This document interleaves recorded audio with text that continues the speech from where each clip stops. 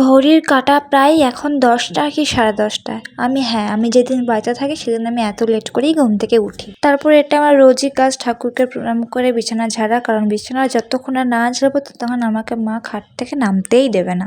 কোনোদিন আমার সাথে হেল্প করবে না, কারণ ভাই বলবে যে দিদি ভাই তুই একাই শুস, আমি খাটে শুই না। তো কি করব, তার জন্য আমাকেই করতে হবে। বিছানাটাকে আমি ভালো করে ঝেড়ে নিচ্ছি আস্তে আস্তে। আর এখন সেরকম ঠান্ডাও পড়েনি, সেই জন্য মা এখনো কোনো বড় ব্ল্যাঙ্কেট বের করেনি। তো এতেই এখন কাজ চলে যাচ্ছে। সব থেকে বড় কাজ হচ্ছে এইটাকে ভাঁজ করা। এটাকে ভাঁজ করার পর খাটে এখনো জামা কাপড় রয়েছে, সেইগুলো ভাঁজ করতে হবে। এইসব কাজ করতে করতে আমার প্রায় 11টা বেজে যাবে ব্রাশ করতে। তো এই জামা কাপড়গুলো আগে গুছিয়ে নি। খাটের মধ্যে অনেক জামা কাপড় হয়ে গেছে, মানে মা একটা করে কাচবার খাটের মধ্যে রেখে দেয়, ব্যাস কেউ ভাঁজ করবে না। তো এগুলোকে ভাঁজ করে নি, নাহলে গোটা ঘর নোংরা হয়েই থাকবে আর ভাঁজ পড়ে যাবে। খাট ঝাড়া আর জামা কাপড় গোছানো আমার সব হয়ে গেছে, পুরোপুরি আমি খাটটা গুছিয়ে নিয়েছি। তারপরে আমি চুলটাকে ভালো করে আঁচড়ে নিচ্ছি, কারণ চুল যত উস্কো খুস্কো থাকে তত আমার কেমন একটা লাগে। তো আমি কি করি বলতো, শনিবার দিনকে চুলে বেশি করে তেল নিয়ে নিয়েছি, কারণ দেখতেই পাচ্ছ বেশি করে তেল নিয়ে নিয়েছি। আর রোববার দিনকে আমি শ্যাম্পু করি, তাহলে কি চুলটা বেশি সিল্কি সিল্কি থাকে, বেশ ভালো লাগে আর চুলে তেল নেওয়াটাও হয়ে যায়। তারপরে এখানে ব্রাশ করতে করতে মাকে বলছিলাম ভালো কিছু টিফিন করতে। মা আমাকে হাতে ধরে দিল মুড়ি।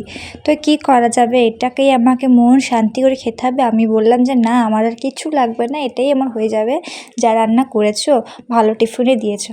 তো তারপরে চান টান করা হয়ে যাবার পর পুরো চুলটা ভেজা আছে, আমি তাড়াতাড়ি করে মুছে নিচ্ছি, কারণ চুল ভেজা থাকলে আমার খুব তাড়াতাড়ি ঠান্ডা লেগে যায়। আর ভাই বারবার ক্যামেরার সামনে এসে আমাকে বিরক্ত করছিল। তো যাই হোক, ওর কথা আর কি বলবো। তারপরে আমি চুলটা ভালো করে আঁচড়ে, মানে সেভাবে আঁচড়াইনি, জাস্ট আমি ভেজা চুল তো তাই কোনো রকম একটা ক্লিপ আটকে নিয়েছি। ভেজা চুলে আমার চুল যতই আঁচড়াবে চুল সব ঝরে পড়ে যাবে। তো তারপরে আমি একটু হালকাভাবে লিপ বাম লাগিয়ে নিলাম, আর হাতগুলো যা এখন করছে সেই জন্য হালকা করে একটু লোশন লাগিয়ে নিলাম। তো তারপরে এখানে আমি একটু দেখছিলাম, তারপর মাকে বললাম কি রান্না করেছো, আমাকেও তো টেস্ট করে দেখতে হবে। সেই জন্য আমি প্লেট নিয়ে চলে গেলাম মায়ের কাছে টেস্ট করার জন্য। আমি বললাম 2 পিস দিলেই হবে। তো মা দেখছি আমাকে দিয়েই আছে, তো কোনো ব্যাপার না, আমি খেয়ে নেব। আর দেখে তো মনে হচ্ছে একদম ঝাল ঝাল করেছে আর গরম ধোঁয়া বেরোচ্ছে। তো ঠিক আছে, আমি ঝাল খেতে ভীষণই ভালোবাসি, আমি ঠিক খেয়ে নেব। তো আমি মাকে বলছিলাম যে আর অপেক্ষা করতে পারছি না, আমাকে তুমি এখনই ভাত দিয়ে দাও। আমি ভাত খেতে বসে পড়েছি, আর ভাই ভিডিওটা অন করে বসে আছে। তো বললাম তোকে এখন খেতে হবে না, তুই আমার ভিডিওটা অন কর, ঠিক আছে। খাওয়া দাওয়া হয়ে যাবার পর ভাইকে দেখছি পড়তে বসেছে। যে ছেলে কোনোদিন পড়তে বসে না, সে দুপুরবেলায় পড়তে বসেছে। তো আমি জিজ্ঞাসা করছি কি পড়ছি, ও বলছে স্যার লেখা দিয়েছে, আমরাও করেছি, পড়তে বসা মানে লেখা। ঠিক আছে, তো যাই হোক, তারপরে ও পড়ছে পড়ুক, আমি একটু বাইরে ভাই বোনদের সাথে একটু আড্ডা মারছিলাম। তারপরেই আমি মাকে বললাম চলো সন্ধ্যাবেলায় কিছু করি, বাড়িতে যখন আছি। তো এখানে 2টো টমেটো কেটে মহান কাজ করে দিলাম। তো যাই হোক, তো আমি এখানে অনেকগুলো আলু সেদ্ধ করতে বসেছি। মা বলছে এত আলু, আমি যে হ্যাঁ আমি খেয়ে নেবো, যেহেতু আমার আলু খেতে ভালো লাগে। তো এখানে আমি মাকে বলছিলাম যে এতগুলো আলু আর কটা আলু দিলে ভালো হতো না, বলছেন এতেই অনেক হবে। তো যাই হোক, মাকে বললাম যে তাহলে তুমি এগুলো কাটো। তারপরে ভালো করে একটু নুন দিয়ে মেখে নিল, আর টমেটো পেঁয়াজ দিয়েছি বেশি করে, আর কাশ্মীরি লঙ্কার গুঁড়ো দিয়েছি। তো হালকা ভালো করে করে নিল, বলে নুনটা এর মধ্যে ভালোভাবে করে মিশে যাক, তাহলে ভালো লাগবে। আর হালকা করে একটু তেল দিয়ে দিল, ঠিক আছে। আর যেহেতু বেশি করে টমেটো দিয়েছি না, তাই একটু লাল লাল হয়ে গেছে। তারপরে টক জল পুরোটাই দিয়ে দিল।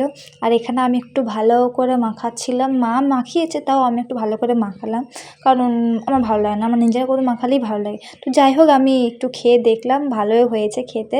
তারপর এখানে বাবাকে আর মাকে আমি সার্ভ করছিলাম, যে দেখি ওদেরকে আগে দিয়ে দিই কেমন খেতে হয়েছে, ওরাই আগে টেস্ট করবে। তো আমি মায়ের সাথে চলে যাচ্ছি বাবাকে দেখতে যাওয়ার জন্য। তো বাবা দেখছি যে এখানে নিচ্ছেই না, বলছে কী ব্যাপার, নিয়ে পরে আমি বাবাকে দিলাম।